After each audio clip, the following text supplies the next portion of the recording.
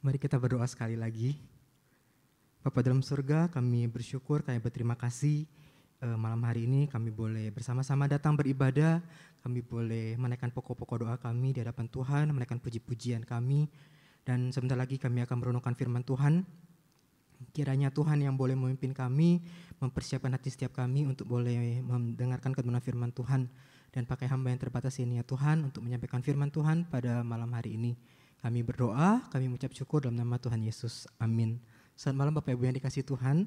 Hari ini kita akan sama-sama melanjutkan pembelajaran kita dari Mazmur 55. Kita akan mempelajari Mazmur 55 pada malam hari ini. Saya tidak akan baca semuanya. Jadi saya akan baca dari yang ayat yang pertama sampai yang ke-9 terlebih dahulu, kemudian 17 sampai 20 dan 23 sampai 24. Mazmur 55. Doa minta tolong terhadap musuh, untuk pemimpin biduan dengan permainan kecapi nyanyian pengajaran Daud. Pasanglah telinga ya Allah kepada doaku, janganlah bersembunyi terhadap permohonanku.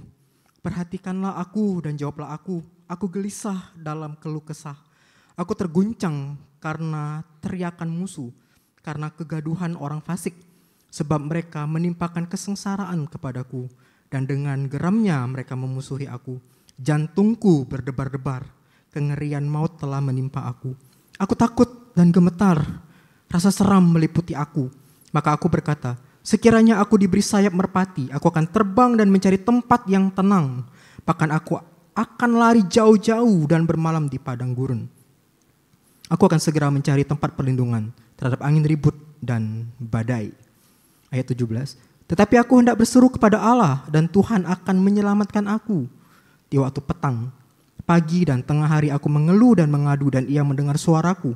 Ia membebaskan aku dengan aman dari serangan terhadap aku, sebab berduyun-duyun mereka melawan aku.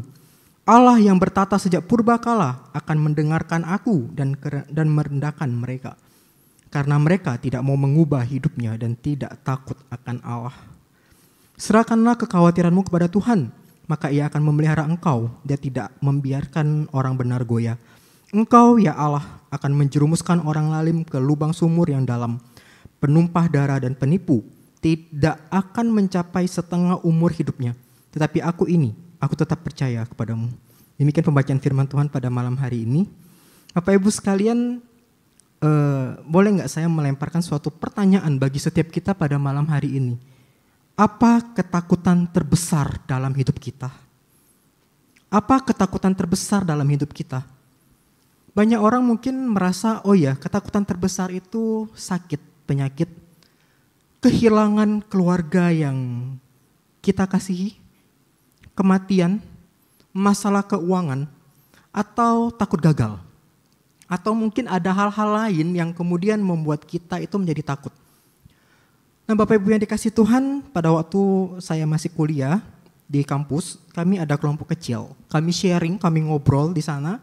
Dan pertanyaan ini muncul, kalian takut apa? Apa yang paling kalian takuti dalam hidup kalian? Lalu ada satu teman ngomong kayak gini, kalau aku takut kehilangan keluargaku. Aku gak bisa bayangin kalau aku kehilangan mamaku. Wow, ya aku bisa merasakan apa yang kamu rasakan. Itu ketakutannya dia. Dia menjawab seperti itu, dia takut sekali dengan orang yang paling dia kasihi. Dan itu menjadi ketakutannya. Bapak Ibu sekalian, rasa takut, rasa khawatir, itu pasti akan muncul dalam diri kita dengan berbagai macam bentuk dan berbagai macam hal dalam diri kita. Setiap kita tuh pasti gak suka hidup itu di tengah rasa yang tertekan atau rasa takut atau kekhawatiran yang berlebihan. Terkadang justru yang kita takuti itu terasa seperti sebuah tembok yang itu kita gak bisa lompati, gak bisa kita lewati atau mungkin gak bisa kita hancurkan sama sekali. Oleh karena itu Bapak Ibu sekalian, dalam kehidupan Daud pun kita melihat seperti itu. Siapa yang tidak kenal Daud? Daud adalah seorang raja. Harusnya mungkin orang berpikir seorang raja itu harusnya hidup aman, tenang, damai, penuh dengan kemuliaan dan lain sebagainya. Tetapi justru kita lihat dalam kehidupan Daud, dalam mazmur-mazmur yang kita pelajari dan berbagai macam catatan tentang kehidupan Daud. Tidak jarang kita menemukan bagaimana Daud begitu bergumul dalam kehidupan dia. Dia dikejar oleh musuh, bahkan oleh orang-orang terdekat dia untuk dibunuh. sehingga dia harus melarikan diri bertahun-tahun, Bapak Ibu sekalian. Dan dalam kondisi seperti itu, maka kita juga akan menemukan ratapan-ratapan Daud, doa-doa Daud kepada Allah.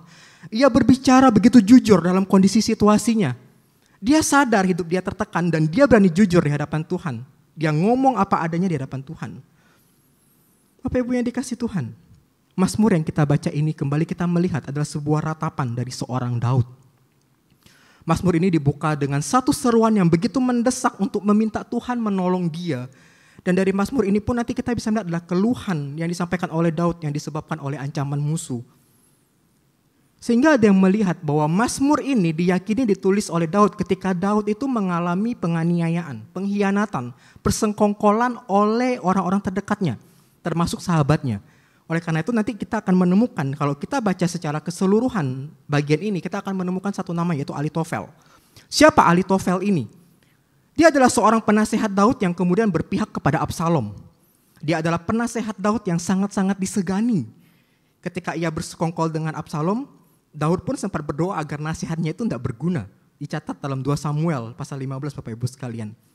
Dan Ahitofel itu yang mengusulkan agar Absalom itu memamerkan kekuasaannya dengan mengambil semua gundik Daud, ayahnya untuk menjadi gundiknya Bapak Ibu sekalian. Dan masih banyak hal lagi yang dilakukan oleh Ahitofel. Dan nanti kalau kita membaca kisah hidupnya, maka dia meninggal itu dengan bunuh diri. Kenapa dia melakukan itu? Supaya dia tidak jatuh ke dalam tangan Daud, Bapak Ibu sekalian. Inilah si Ahitofel itu. Nanti kita akan lihat, Bapak Ibu sekalian.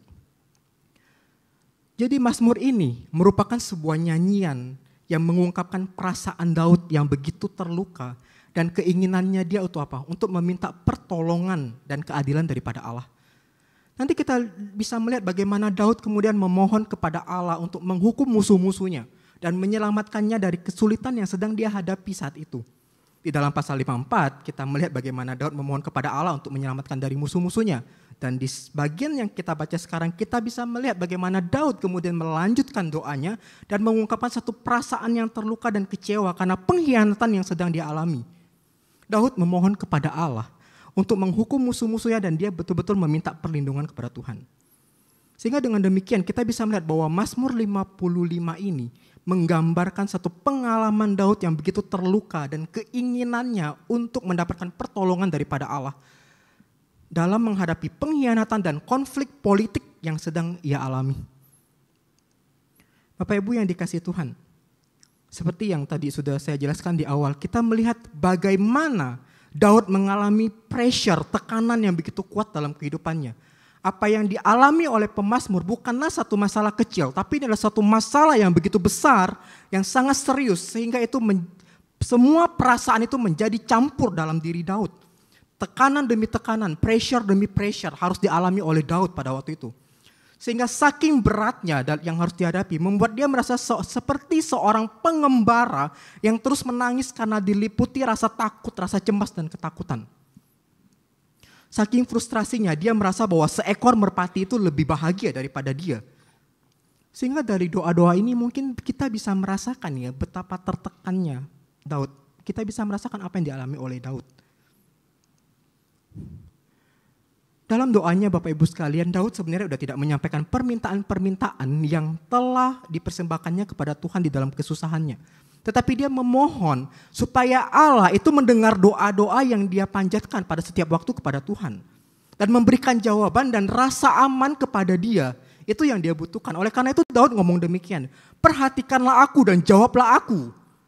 Daud ingin Tuhan menjawab doanya dan meminta Tuhan untuk tidak bersembunyi terhadapnya. Seperti orang yang tidak acuh atau tidak peduli dengan dia. Atau seperti orang yang sedang marah. Sehingga dia tidak berkenan kepada doanya Daud. Bapak Ibu sekalian.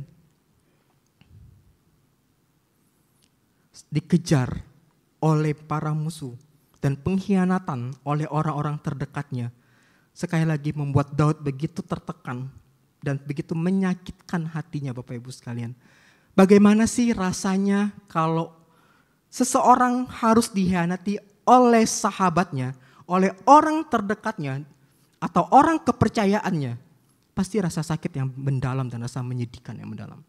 Saya nggak tahu Bapak Ibu sekalian, berapa dari sini apakah kita pernah mengalami perasaan itu. Ketika kita dikhianati oleh orang yang begitu kita kasihi, kita percayai, dan orang terdekat kita, bestie kita begitu ya kalau bahasa anak muda sekarang. Bagaimana rasanya? Sangat-sangat menyakitkan. Mungkin itu yang dialami oleh Daud. Dia begitu sedih. Tidak heran kemudian Daud ingin melarikan diri dari pergumulan, dari angin badai yang sedang menempa, yang sedang menghajar dia ini. Seperti burung yang terbang kemudian untuk menghindari badai dan menuju sarang mereka di batu karang, Bapak Ibu sekalian. Dan nanti kita memang bisa melihat bagaimana Daud itu kemudian juga melarikan diri dari Yerusalem untuk menghindari Absalom. Di dalam catatan 2 Samuel pasal 15 ayat yang ke-14. Bapak Ibu yang dikasih Tuhan, setelah Daud kemudian menyatakan rasa takutnya, penderitaan yang dia alami, kemudian terjadi sebuah transisi dari bagian yang kita baca ini, yaitu terjadi kutukan terhadap para musuh-musuhnya dan deskripsi mengenai tindakan jahat mereka. Dan secara khusus Bapak Ibu sekalian, kalau kita baca nanti, ini adalah deskripsi tindakan kejahatan yang ditujukan kepada satu orang yang diyakini yang telah menjadi pembimbing, teman atau sahabatnya sendiri. Tetapi kemudian berbalik kemudian untuk melawannya dan bergabung dengan kelompok musuh-musuhnya. Siapa dia kalau bukan lagi si Ahitofel. Di tengah konteks pergumulan dan rasa takut yang harus Daud alami, pada akhirnya Daud tetap berusaha untuk menyerahkan semua pergumulannya dia kepada Tuhan. Daud tetap berpaling kepada Tuhan dan dia yakin bahwa Tuhan itulah yang akan menjawab setiap doa-doanya. Daud menjadikan Tuhan itu sebagai hakim atas musuh-musuhnya yang akan mendatangkan hukuman dan kehancuran bagi mereka. Daud terus berseru kepada Allah karena dia mengenal siapa Allah. Seruannya ditunjukkan kepada Allah yang maha kuasa, yang berkuasa atas alam semesta.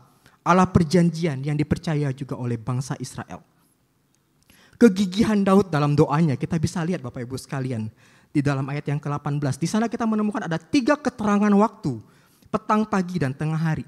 Dia terus berdoa menyampaikan keluhannya dan doa-doa pergumulan dia kepada Tuhan. Biasanya orang Israel itu kalau memiliki hidup saleh itu salah satu cirinya itu ya kehidupan doanya. Makanya mereka bisa berdoa sampai 3 kali sehari Bapak Ibu sekalian. Dan dengan keyakinan bahwa Tuhan itu akan menjawab setiap doa dan seruannya. Dan pada bagian terakhir kita tadi sudah baca bagaimana Daud itu menutup Mazmur ini dengan sebuah ajakan untuk ayo menyerahkan semua kekhawatiran kepada Tuhan. Karena Allah dapat dipercaya dan pastinya akan memberikan penghakiman atas segala tindakan kejahatan. Bapak Ibu yang dikasihi Tuhan, apa yang dialami oleh pemazmur dalam bagian ini juga mungkin kita alami ya dengan konteks yang bermacam-macam, dengan konteks yang berbeda. Selama kita hidup di dunia ini, tidak mungkin kita lepas yang namanya pergumulan. Pressure demi pressure, tekanan demi tekanan itu kita hadapi dalam hidup kita. Dengan berbagai macam hal yang ya setiap kita beda-beda begitu. Mungkin ada juga kita yang mengalami pengkhianatan dari orang-orang terdekat kita. Seperti apa yang dirasakan oleh Daud dan juga kemudian mereka meninggalkan kita. Tetapi apa yang dilakukan oleh Daud Bapak Ibu sekalian ketika dia mengalami masalah seperti ini, ketika dia mengalami pressure yang begitu berat di dalam dirinya, dia tidak menyerah. Maka kita melihat Bapak Ibu sekalian, meskipun dia terus-menerus dikhianati, meskipun dia terus-menerus dikejar oleh para musuhnya, dia tetap berusaha bagaimana dia menggantungkan hidupnya berserah penuh kepada Allah. Dan Daud tidak pernah membalas mereka. Justru Daud terus berseru kepada Tuhan melalui doanya. Inilah yang kita bisa pelajari pada malam hari ini Bapak Ibu sekalian. Makanya Bapak Ibu sekalian, yang pertama yang kita bisa lihat bahwa dalam bagian ini adalah kita harus belajar seperti Daud. Ayo berserulah kepada Tuhan. Daud berseru kepada Tuhan karena Daud percaya dan yakin siapa itu Allah. Dan dia yakin bahwa Allah saja yang sanggup untuk menyelamatkan dia dari masalah yang sedang dihadapi. Dengan iman juga Daud yakin bahwa Tuhan itu pasti akan dengar jawaban doaku. Oleh karena itu, di tengah pergumulan Daud terus berdoa kepada Tuhan. Bapak Ibu yang dikasihi Tuhan, doa sebenarnya merupakan satu sarana juga yang Tuhan sediakan bagi kita. Untuk kita tuh supaya kita juga bisa berseru kepada Tuhan. Kita bisa berdoa dan mengungkapkan perasaan yang kita alami, apa yang kita rasakan di hadapan Tuhan secara terbuka di hadapan Tuhan. Karena kita sadar, kita mengakui bahwa tidak ada satupun yang tertutup di hadapan Tuhan. Semua terbuka di hadapan Tuhan dan Tuhan tahu setiap masalah kita. Oleh karena itu Bapak Ibu sekalian, seperti Daud, dia berani terbuka di hadapan Tuhan, dia jujur di hadapan Tuhan, dia tahu kondisi yang sedang dialami, dia berani terbuka, dia ngomong apa adanya di hadapan Tuhan. Ketika dia sedang mengalami pergumulan yang sedang dihadapi. Bapak Ibu sekalian, ketika kita punya keyakinan seperti ini, ketika kita beriman kepada Tuhan, percayalah ketika kita berseru kepada Tuhan, maka Tuhan akan memberikan penghiburan dan kekuatan bagi setiap kita. Bapak Ibu sekalian, ada seorang bernama John Knox. Ketika dia sedang sakit parah, John Knox ini adalah seorang pendiri gereja Presbyterian di Skotlandia. Dia memanggil istrinya dan berkata, "Tolong bacakan firman Tuhan kepada saya." Istrinya membacakan Yohanes 17. Setelah mendengar doa Yesus yang begitu indah dalam Yohanes 17, John Knox ini dalam kondisi sakit, kemudian dia mulai tampaknya itu melupakan kondisinya yang sedang sakit dan lemah itu. Lalu di tengah sakitnya itu dan di tengah kondisinya seperti itu, dia berdoa Bapak Ibu sekalian. Dia mulai berdoa syafaat dengan sungguh-sungguh bagi sesamanya. Ia mendoakan mereka, orang-orang yang menolak Injil. Ia memohon juga bagi orang-orang yang baru saja bertobat. Dan dia juga berdoa untuk para hamba Tuhan yang juga mungkin sedang mengalami penganiayaan Bapak Ibu sekalian. Dia berdoa pada waktu itu. Dan ia juga di tengah ketika dia berdoa Bapak Ibu sekalian, ketika dia berdoa saat itu juga akhirnya dia meninggal dunia. Bapak Ibu sekalian, apa yang kita bisa lihat dari kisah seorang John Knox? Dalam kehidupannya Bapak Ibu sekalian, di tengah pergumulan yang begitu berat yang harus dihadapi, di tengah mungkin sebentar lagi dia sadar bahwa kematian akan datang menjemputnya, dia tidak berhenti untuk tetap berdoa kepada Tuhan. Malah yang menarik Bapak Ibu sekalian, kita lihat doa-doanya dia. Doanya dia itu bukan ke diri lagi, tapi justru dia mendoakan orang lain. Mungkin dia juga berdoa untuk dirinya, tapi di satu sisi, di tengah pergumulan yang dihadapi, dia pun juga mendoakan orang lain. Dan Bapak Ibu sekalian, dia melayani dengan doa sampai kematiannya. Itulah John Knox. Bapak Ibu sekalian, mari kita terus belajar kepada Tuhan. Kita mau belajar berseru kepada Tuhan. Apapun kondisi kehidupan kita, tetaplah berdoa dan berserulah kepada Tuhan Bapak Ibu sekalian.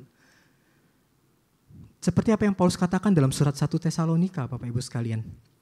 Dan seruan kita pun Bapak Ibu sekalian, kita bisa di tengah doa-doa kita pun juga bisa mendoakan orang-orang yang mungkin juga bergumul seperti apa yang kita alami. Yang memiliki pergumulan Bapak Ibu sekalian. Dan biarkanlah pada saat itu Tuhan bekerja melalui setiap seruan dan doa kita.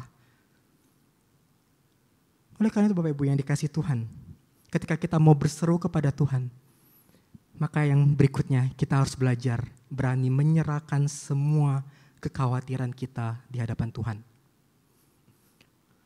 Dari Mazmur ini kita juga belajar bagaimana kita harus belajar menyerahkan segala kekhawatiran dalam diri kita. Karena kita percaya bahwa Allah itulah yang akan menolong kita, Allah lah yang akan memimpin kita, dan Allah lah yang akan bertindak dan berdaulat atas hidup kita. Rasa khawatir, rasa cemas adalah hal yang wajar sebenarnya terjadi dalam kehidupan kita sebagai manusia Bapak Ibu sekalian. Tapi kita pun harus belajar juga untuk menyerahkan segala kekhawatiran kita kepada Tuhan. Jangan sampai kekhawatiran itu begitu menguasai diri kita Bapak Ibu sekalian.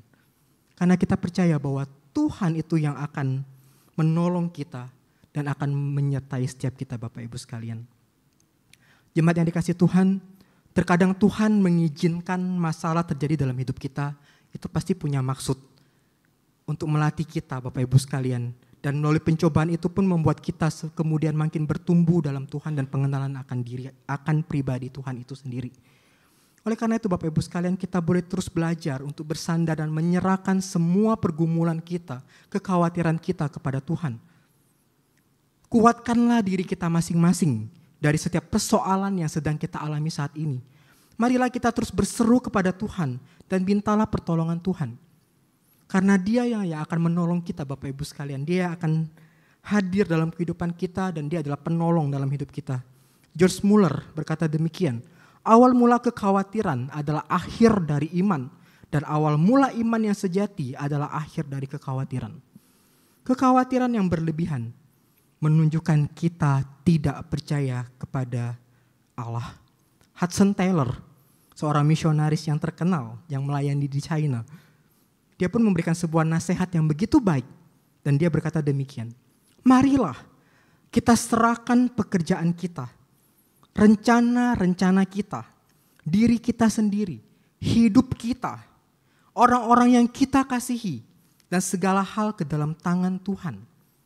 Dan kemudian ketika kita telah menyerahkan semuanya kepada Tuhan, tidak ada lagi yang perlu kita cemaskan. Satu statement yang menurut saya luar biasa dari seorang Hudson Taylor. Ketika engkau dan saya Bapak Ibu sekalian menyerahkan setiap pergumulan kita di hadapan Tuhan, maka disitulah kita betul-betul bersandar kepada Tuhan dan kita betul-betul mengandalkan Tuhan. Dan percayalah kita akan mengalami ketenangan daripada Tuhan. Mari Bapak Ibu sekalian kita belajar bersama menjalani hidup ini dengan penuh keyakinan bahwa Allah itu yang pasti akan menjaga kita dan akan memelihara kehidupan kita hari lepas hari Bapak Ibu sekalian. Sampai nanti kita bertemu dengan Dia Bapak Ibu sekalian. Oleh karena itu, mari kuatkan hati kita Bapak Ibu sekalian. Teruslah berjalan kepada Tuhan. Karena Allah itu berjalan bersama dengan kita. Kita tidak pernah berjalan sendirian. Jadi serahkanlah segala pergumulan kita, segala kekhawatiran kita kepada Tuhan. Memang kadang gak gampang Bapak Ibu sekalian ya. Kita perlu betul-betul meminta Tuhan dan minta pertolongan Roh Kudus untuk memampukan kita, menolong kita untuk betul-betul berserah total kepada Tuhan. Karena melalui karya Roh Kudus itulah yang akan memampukan kita Bapak Ibu sekalian. Yang akan menolong kita dan kita pun makin mengenal Tuhan dan kita pun makin bertumbuh di hadapan Tuhan. Menjadi satu pribadi yang berkenan di hadapan Tuhan. Mari kita berdoa. Bapa dalam surga, terima kasih buat renungan firman Tuhan pada malam hari ini. Kami bersyukur, kami diingatkan kembali bagaimana kami harus menjalani kehidupan kami di tengah konteks pergumulan yang kami hadapi. Kami sadar setiap kami yang kesini memiliki banyak pergumulan dan berbagai macam hal yang mungkin mengganggu pikiran kami, membuat kami takut, cemas, dan lain sebagainya. Tapi kami percaya juga bahwa Tuhan hadir bersama dengan kami. Dan kami harus belajar bersandar kepada Tuhan. Dan melalui karya dan pimpinan Roh Kudus itulah yang terus ingatkan kami bagaimana kami harus menjalani kehidupan kami dan bagaimana kami harus bersandar pada Tuhan dan mampukan kami untuk boleh hidup mengandalkan Tuhan dalam kehidupan kami. Dan ketika kami bergumul, kami tahu siapa yang harus kami datangi pertama kali, yaitu Allah kami. Allah yang senantiasa hadir bersama dengan kami. Terima kasih Tuhan, ini doa kami. Kami sebentar lagi akan pulang, kiranya Tuhan yang boleh pimpin perjalanan pulang kami. Dan kami boleh beristirahat dengan baik dan besok pagi kami boleh bangun dengan tubuh yang sehat untuk kembali beraktivitas, menyelesaikan setiap tanggung jawab yang Tuhan percayakan bagi kami. Ini doa kami, doa permohonan kami yang kami naikkan dalam nama Tuhan Yesus. Amin. Bapak Ibu sekalian silakan saat teduh. Tuhan Yesus memberkati kita.